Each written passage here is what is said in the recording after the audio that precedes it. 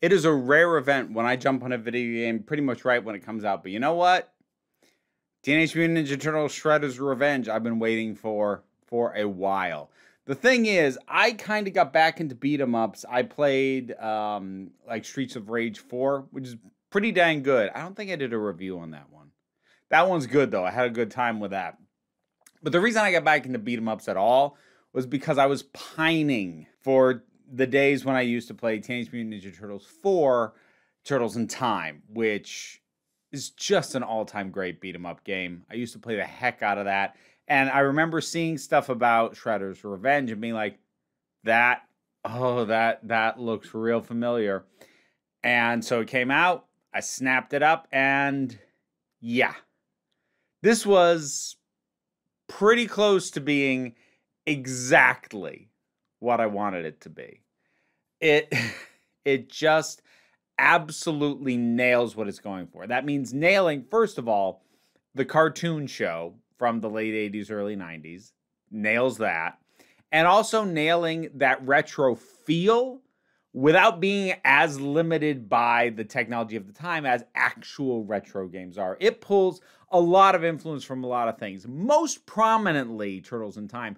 But like, there's stuff there that I recognized that was either enemy aspects or elements of combat or what have you that I'm like, I remember that from TMNT 3 on the original NES. I remember that from the Manhattan Project. Oh, I remember that from TMNT 2, the arcade game, that when they ported that to the NES. Heck, the overworld looks more than a little bit like certain parts of the original Teenage Mutant Ninja Turtles game on the NES, the one that nobody ever got past the water levels on.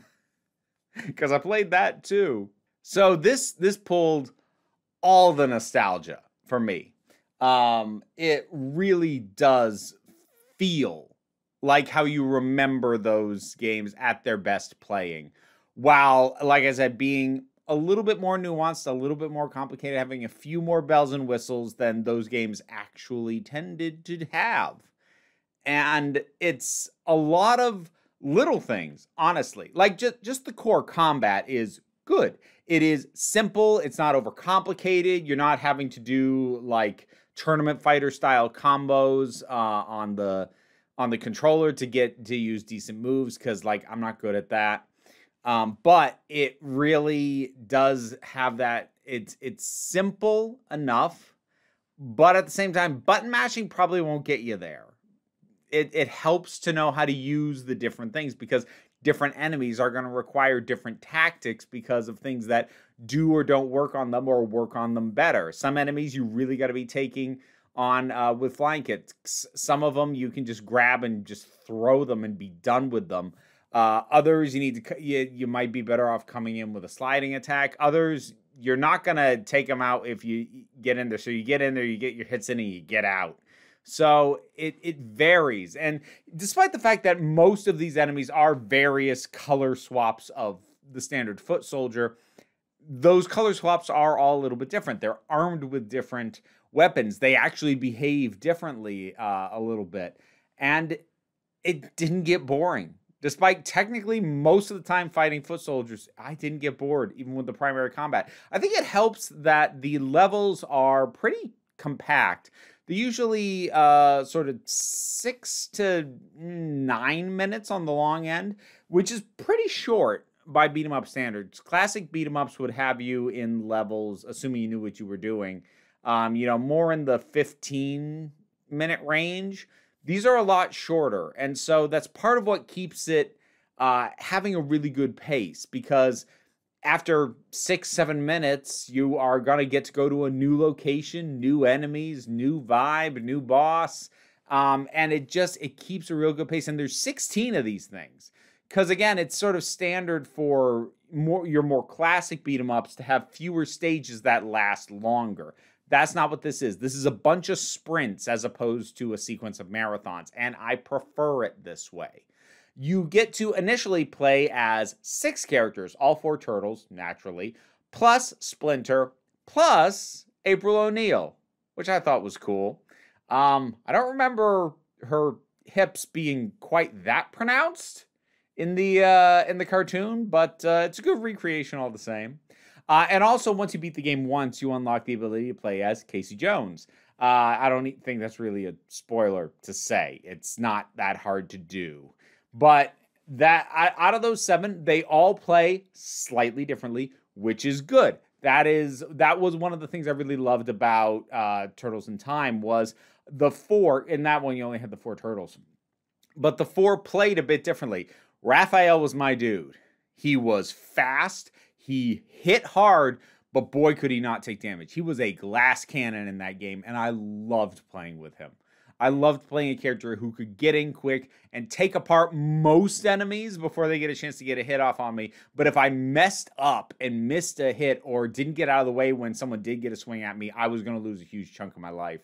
I liked playing him a lot. He's not quite that here, but he is appropriately very strong and decently fast, with his main disadvantage being how short his range is. I don't care. I'll get right in there.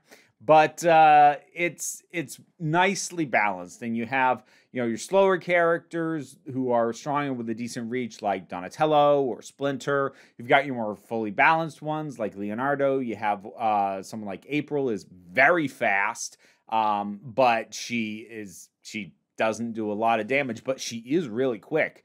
And oftentimes those characters can be frustrating where like, yeah, I'm moving quick and I'm getting all these hits in, but they don't do anything. Like, she's not hitting as hard as the others, but like, it's not by enough where it feels like you're banging your head against a brick wall trying to get people's life bars down.